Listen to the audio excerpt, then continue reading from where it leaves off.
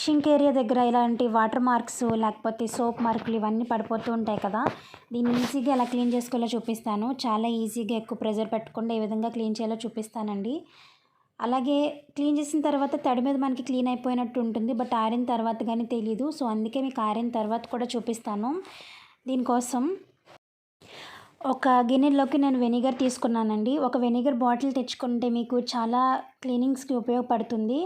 కొంచెం వెనిగర్ తీసుకుని దాన్ని నేను కొద్దిగా వేడి చేసుకున్నాను. మరి ఎక్కువ అవసరం లేదు. కొద్దిగా వేడి చేసుకున్న తర్వాత దీంట్లో నేను ఒక టేబుల్ స్పూను బేకింగ్ పౌడర్ వేసానండి. బేకింగ్ సోడా అయినా వేసుకోవచ్చు. నా దగ్గర బేకింగ్ సోడా లేదని చెప్పి నేను పౌడర్ వేసాను. ఏదైనా కూడా మీకు పనిచేస్తుంది. దాని తర్వాత మనం వెజిల్స్ క్లీన్ చేసుకునే స్క్రబ్బర్ ఉంటుంది కదా, సో దాంతో మొత్తం ఎక్కడైతే మీరు షింక్ పాట్లో ఎక్కడైతే క్లీన్ చేయాలనుకుంటున్నారో అదంతా కూడా ఇక్కడ వీడియోలో చూపిస్తున్న విధంగా రబ్ చేస్తూ క్లీన్ చేయండి. చాలా నీట్గా క్లీన్ అయిపోతుందండి. ఈ స్క్రబ్బర్ ప్లేస్లో మీరు నిమ్మచెక్క ఒకటి తీసుకొని దాంతో కూడా మీరు క్లీన్ చేసుకోవచ్చు. నేను ఇక్కడ పాడైపోయిన నిమ్మకాయ ఒకటి ఉంటే నేను దాంతో కూడా క్లీన్ చేశానండి.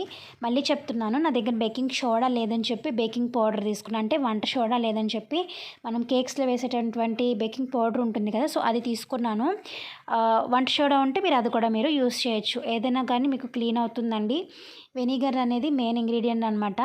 మీకు పెద్ద బాటిల్లో 30 రూపీస్ ఆర్ 35 రూపీస్ ఉంటుందండి. మీకు చాలా వాటికి యూజ్ అవుతుంది.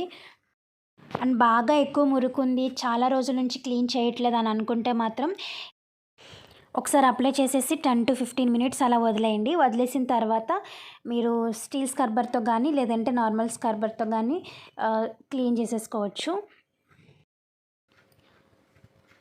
సో ఇలా బాగా రబ్ చేసిన తర్వాత వాటర్ తోటి క్లీన్ చేసేయడమేనండి. నేను మీకు అన్నిటితోటి చూపిస్తున్నాను. అంటే స్టీల్ స్క్రబ్బర్ అదంతా కూడా పెట్టి చూపిస్తున్నాను. మీకు ఎక్కువ మురికి పట్టిందంటే కనుక స్టీల్ స్క్రబ్బర్ యూస్ చేయండి. త్వరగా మీకు క్లీన్ అవుతుంది, లేకపోతే ఎక్కువ టైం పట్టేస్తుంది. సో చూసారు కదండి, ఆల్మోస్ట్ మనకి క్లీన్ అయిపోయింది. ఇంకా కొంచెం ఉంది అనిపించింది. సో ఇంకొకసారి నేను క్లీన్ చేస్తే కంప్లీట్గా క్లీన్ అయిపోతుంది. ఇది నేను డ్రై అయిన తర్వాత కూడా నేను మీకు ఒకసారి చూపిస్తాను. ఇదిగోండి, కంప్లీట్గా డ్రై అయిపోయిన తర్వాత చూసారు కదండి, ఆల్మోస్ట్ క్లీన్ అయిపోయింది. ఇంకా కొంచెం కొంచెం కనిపిస్తుంది. సో ఇంకొకసారి నేను క్లీన్ చేస్తే కంప్లీట్గా క్లీన్ అయిపోతుంది. అండ్ ఐ హోప్ మీ అందరికీ ఈ వీడియో నచ్చిందని అనుకుంటున్నాను. నేను మళ్ళీ ఒక మంచి వీడియోతో మీ ముందుకు వచ్చేస్తాను. అంతవరకు బై బాయ్.